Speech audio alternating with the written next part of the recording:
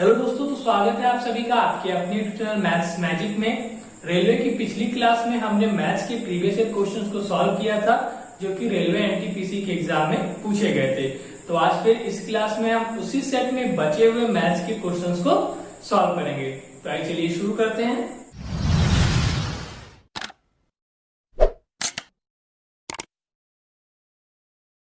तो क्वेश्चन हमारे बोर्ड पे आ गया है। क्वेश्चन कह रहा है कि एक व्यक्ति ने 360 रुपए में 144 संतरे खरीदे और 10% के लाभ पे उसे बेच दिया।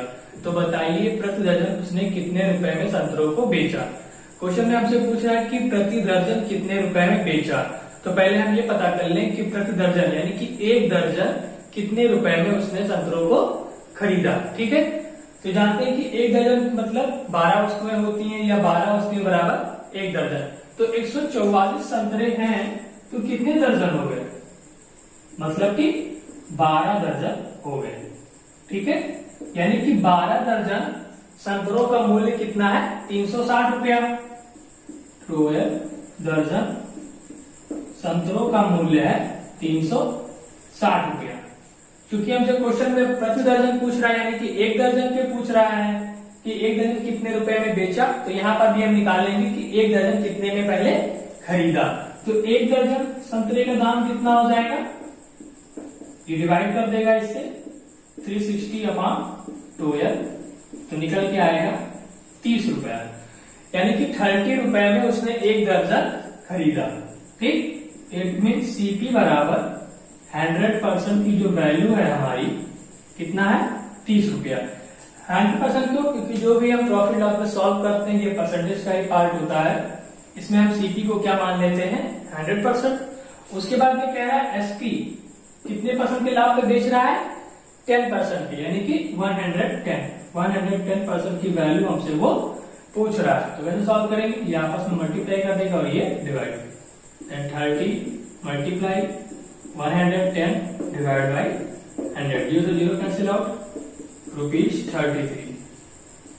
यानी कि 33 रुपए प्रति दर्जन के हिसाब से जब उसने संतरों को बेचा तो उसे 10% का लाभ हुआ। अब आइए देखते हैं इस क्वेश्चन को। तो क्वेश्चन हमारे बोर्ड पे आ गया। क्वेश्चन कह रहा है कि एक टैंक 2 नल द्वारा x और y क्रमशः 5 घंटे और 10 घंटे में भरा जाता है, तथा एक अन्य नल z है जो उस टैंक को 20 घंटे में खाली कर रहा है। अगर तीनों नल एक साथ खोल दिए जाए तो टैंक कितने समय में भर जाएगा। अब यहाँ पे आप हमें बताइए कि जैसे यदि हमारे पास कोई भी पैसा नहीं है, ठीक है, और यदि हमें कोई पैसा दे दे तो हम क्या होंगे, पॉजिटिव साइन की तरफ बढ़ेंगे, यानी कि हमारे पास पैसा आ रहा है। ठीक है, तो हम कहा जाएंगे धनात्मक की तरफ। यदि हमसे कोई पैसा छीन ले या पैसा हमारा कहीं खर्च हो जाए तो क्या होगा, पैसा हमारे पास से कम होने लगेगा और हम निगेटिव साइन की तरफ बढ़ने लगेंगे। तो वैसे ही यहाँ पे x और y क्या कर रहे हैं, टैंक को पानी दे रहे हैं, तो ये दोनों पॉजिटिव साइन के साथ जाएंगे। और वहीं पर जेट क्या कर रहा है, वो टैंक से पानी निकाल रहा है, तो वो किसमें जाएगा, निगेटिव साइन के साथ। अब देखते हैं कैसे सॉल्व करेंगे इसको। x और y किसमें है, पॉजिटिव साइन के साथ। ये 5 घंटे में भर रहा था और ये 10 घंटे। ठीक है, तथा जेट क्या कर रहा था, खाली कर रहा था, तो उसको किसमें देंगे हम, निगेटिव साइन। ठीक है, कितने समय में खाली कर रहा था, 20 घंटे में। अब हम क्या करेंगे कि देखेंगे इसका टोटल टाइम कितना लग रहा है। तो उसके लिए हम क्या करेंगे, इन तीनों का एलसीएम निकालेंगे। तो एलसीएम कितना आएगा, 20। 5, 10 और 20 का एलसीएम कितना आएगा, 20। अब फिर बारी बारी करके ये तीनों इससे डिवाइड करेंगे। तो जब 5 20 से डिवाइड करके कितना आएगा, 4। 10 करेगा तो 2 और 20 करेगा तो 1। ये हमको मिला तीनों का अलग अलग वैल्यू। अब कह रहे थे कि तीनों टंकी या तीनों नल एक साथ खोल दिया जाए, तो यानी कि तीनों नल की जो वैल्यू आई है इसको हम सॉल्व कर लेते हैं। x की वैल्यू आई है 4, ये पॉजिटिव साइन के साथ है, y भी पॉजिटिव साइन के साथ है +2, और z किसके साथ है, माइनस साइन के साथ। तो क्या हो जाएगा, -1। इसको सॉल्व करने पे आएगा 5। ठीक है, तो ये तीनों नल की वैल्यू आ गई और ये था टोटल हावर। तो तीनों नल खोल देंगे तो कितना समय लगेगा, तो क्या करेंगे, इस टोटल हावर से इस नल की, तीनों नल की वैल्यू से हम क्या कर देंगे, डिवाइड कर देंगे, तो हमको आंसर मिल जाएगा 4 आवर। यानी कि 4 घंटे में टैंक क्या हो जाएगा, भर जाएगा, तीनों नल एक साथ खोलने पर। तो देखा आपने, इस ट्रिक को अपनाकर आप ऐसे क्वेश्चन को कितनी आसानी से सॉल्व कर सकते हैं। अब आइए देखते हैं नेक्स्ट क्वेश्चन को। तो क्वेश्चन हमारे बोर्ड पे आ गया। क्वेश्चन कह रहा है कि अमन और अजय क्रमशः 9 दिन और 12 दिन में एक दीवार को पूरा कर लेते हैं। ठीक है, यदि वे दोनों मिलकर काम करें, यानी दोनों साथ में मिलकर काम करें, तो वे उस दीवार को कितने दिनों में पूरा कर लेंगे। ठीक है, यहाँ पे दोनों काम कर रहे हैं। ठीक, तो दोनों अलग अलग जब काम करते हैं तो अमन पूरा कर लेता है 9 दिनों में तथा अजय पूरा कर लेता है 12 दिनों में, यदि दोनों मिलकर कार्य करें। ठीक है, कैसे सॉल्व करेंगे? सेम क्वेश्चन था जैसे हमने पिछला भी सॉल्व किया। एक ये है अमन, ठीक है, ये जब काम करता है तो इसे लगता है 9 दिन अकेले। ठीक, और वहीं अजय जो है जब काम करता है अकेले तो उसे 12 दिन लगते हैं उस दीवार को पूरा करने में। फिर क्या करेंगे, हम पहले टोटल काम निकाल लेंगे। ठीक, क्या करेंगे, जैसे उसमें निकाला था ना टोटल कितना लगेगा उसको भरने में समय, सेम ऐसे ही क्या करेंगे, यहाँ पर हम टोटल काम निकालेंगे। टोटल काम है कितना, तो 9 और 12 का एलसीएम कितना आएगा 36। ठीक, अब ये इससे डिवाइड करेगा तो 4 आएगा और ये इससे डिवाइड करेगा तो 3 आएगा। ठीक है, अब आप कह सकते हैं कि सर यहाँ पे ऐड हो गया सब्ट्रैक्ट, तो यहाँ पे ऐड होगा क्यों, क्योंकि दोनों लोग मिलकर काम कर रहे हैं। ये नहीं हो रहा है कि वो इस काम को कर रहा है तो ये उस काम को तोड़ रहा है या बर्बाद कर रहा है। काम दोनों मिलकर दीवार को बना ही रहे हैं, ना कि एक तोड़ रहा है और एक बना रहा है। तो दोनों मिलकर बना ही रहे हैं तो 4 और 3 दोनों को ऐड कर लेंगे। ठीक, अब क्या रहता है कि दोनों मिलकर काम कर रहे हैं तो टोटल काम जो हमारा है 36, ये है हमारा टोटल वर्क। ठीक है, टोटल वर्क। तो ये कब तक समाप्त हो जाएगा, जब दोनों मिलकर काम करेंगे। तो दोनों एक दिन में दोनों 7 काम कर लेते हैं। कितना काम कर लेते हैं, 7 काम। और करना कितना है 36 काम। तो कितने दिन में पूरा हो जाएगा, टोटल काम बटे 7। इसको जब सॉल्व करेंगे तो यह आ जाएगा 5 होल 1/7 डेज। ठीक है, यदि दोनों मिलकर काम करेंगे तो 5 होल 1/7 दिन में ये काम कंप्लीट हो जाएगा। क्वेश्चन कह रहा था कि अमन 9 दिन में काम पूरा कर रहा था, अजय 12 दिन में। ठीक है, तो फिर हमने निकाला कि टोटल वर्क एक्चुअली में है कितना, टोटल काम करना कितना है, तो कितना है 36। ठीक, फिर हमने पता किया कि ये एक दिन में कितना काम कर सकता है, तो पता चला कि ये एक दिन में 4 काम कर सकता है और ये एक दिन में यानी कि अजय एक दिन में 3 काम कर सकता है।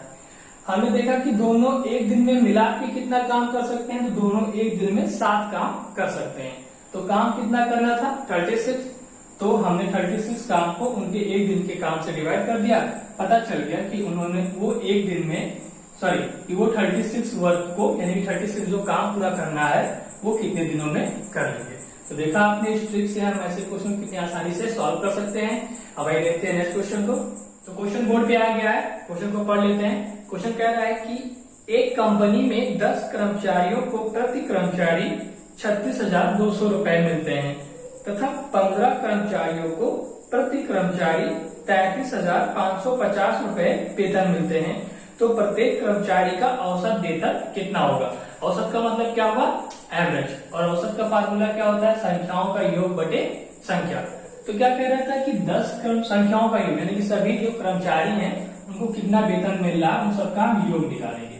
तो जो 10 कर्मचारी हैं उनको मिल रहा था 36,200 रुपीज। कितना मिल रहा था 36,200 रुपीज, प्लस जो 15 कर्मचारी हैं उनको मिल रहा था 33,550 रुपीज।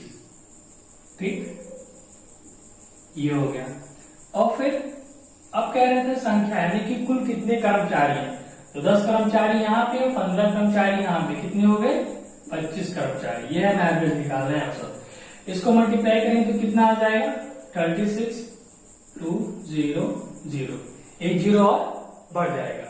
ठीक है, अब जब इसको मल्टीप्लाई करेंगे तो कितना आएगा 503,250, इसको मल्टीप्लाई करने पड़ेगा।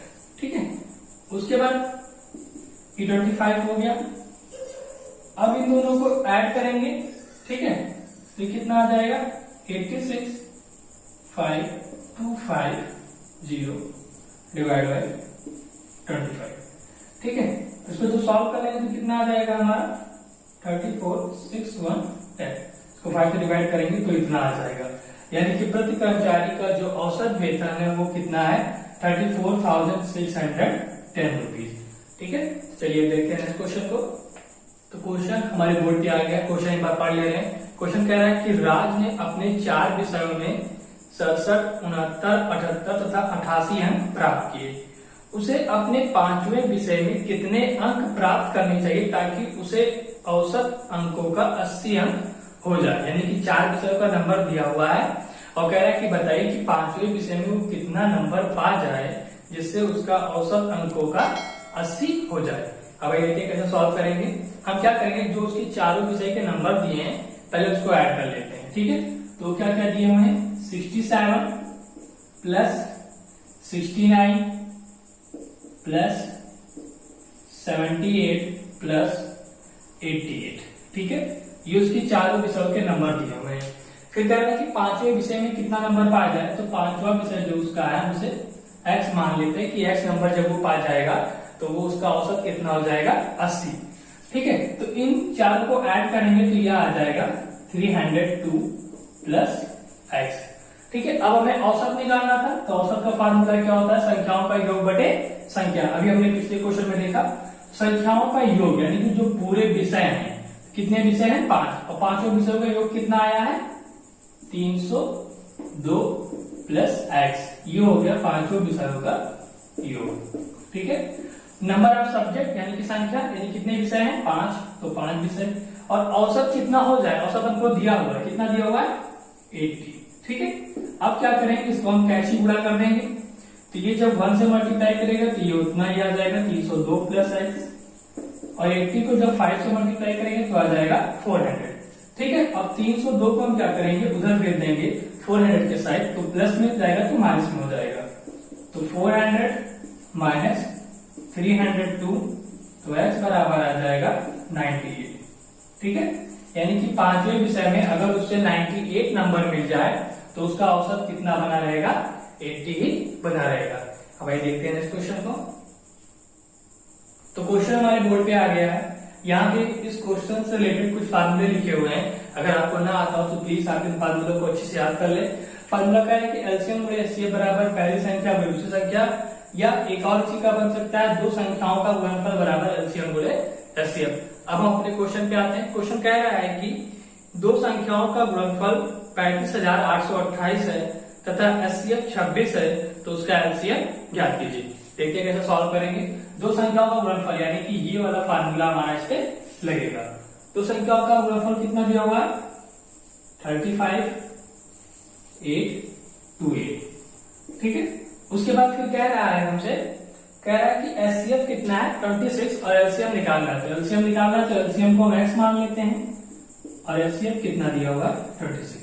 इसको निकालना है x की वैल्यू, बहुत आसानी से निकल जाएगा।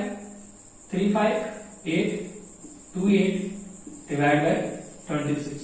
तो जब इसको सॉल्व करेंगे तो x बराबर आ जाएगा 1378। ये हो जाएगा एलसीएम की वैल्यू। ठीक है, अगर आपको आंसर चेक करना है तो आप चेक भी कर सकते हैं। इस एलसीएम की वैल्यू को एचसीएफ से जब मल्टीप्लाई करेंगे तो ये आंसर आपको मिल जाएगा। ठीक, तो इस फार्मूले से ऐसे क्वेश्चन को काफी आसानी से हम लगा सकते हैं। अब आइए देखते हैं इस क्वेश्चन को।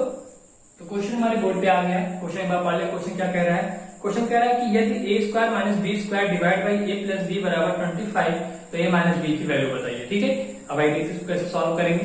क्वेश्चन लिख लेते हैं। क्वेश्चन कह रहा है कि a square minus B square divide by a plus B बराबर 25 हो, तो किसकी वैल्यू निकालने को कह रहा है, a माइनस बी। ये वैल्यू हमको निकालने को कह रहा है। क्वेश्चन काफी इंपॉर्टेंट है, एनटीपीसी के एग्जाम में कई बार पूछा गया है। हमने देखा है कई सेटों में इस टाइप के क्वेश्चन पूछे गए हैं। तो हम क्या करेंगे, इसको हम पहले लिख सकते हैं फ्रैक्शन फॉर्म में, इसको लिख सकते हैं यानी कि अपॉन भिन्न में a square minus B square upon a plus B लिख सकते हैं। ठीक, बराबर 25। ये वैल्यू को निकाल देंगे। अब क्या होता है, a square minus B square का फार्मूला क्या होता है, a square minus B square का फार्मूला क्या होता है, a प्लस बी और a माइनस बी, ये होता है इसका फार्मूला। इस फार्मूले पे इसको एक्सपेंड कर देंगे हम, तो हो जाएगा a प्लस बी और a minus B upon a plus B बराबर 25। ठीक है, अब यहाँ पे हम देख रहे हैं कि a प्लस बी से a प्लस बी कट गया, क्या बचा, a माइनस बी अपॉन नीचे 1 यहाँ पर 25, यहाँ पर भी नीचे 1 मान लेते हैं, कैची गुणा कर देंगे तो a माइनस बी बराबर कितना आ जाएगा 25। ठीक है, तो a माइनस बी की वैल्यू कितनी आई 25। तो ऐसे अप्रोच को फॉलो करके इस तरह के क्वेश्चन को आप काफी आसानी से सॉल्व कर सकते हैं। ये फार्मूला यहाँ पे यूज हुआ, आप इसको अच्छे से याद कर लें। ठीक, हमें उम्मीद है कि आपको ये वीडियो पसंद आया होगा। अगर वीडियो पसंद आया तो प्लीज वीडियो को लाइक और शेयर करना बिल्कुल भी ना भूलें। और हाँ, नेक्स्ट क्लास में हम मैथ्स के और क्वेश्चन को सॉल्व करेंगे जो कि एनटीपीसी के प्रीवियस ईयर एग्जाम में पूछे गए होंगे। और हाँ, अगर अभी तक आपने चैनल को सब्सक्राइब नहीं किया है तो प्लीज चैनल को सब्सक्राइब कर लें। Thank you.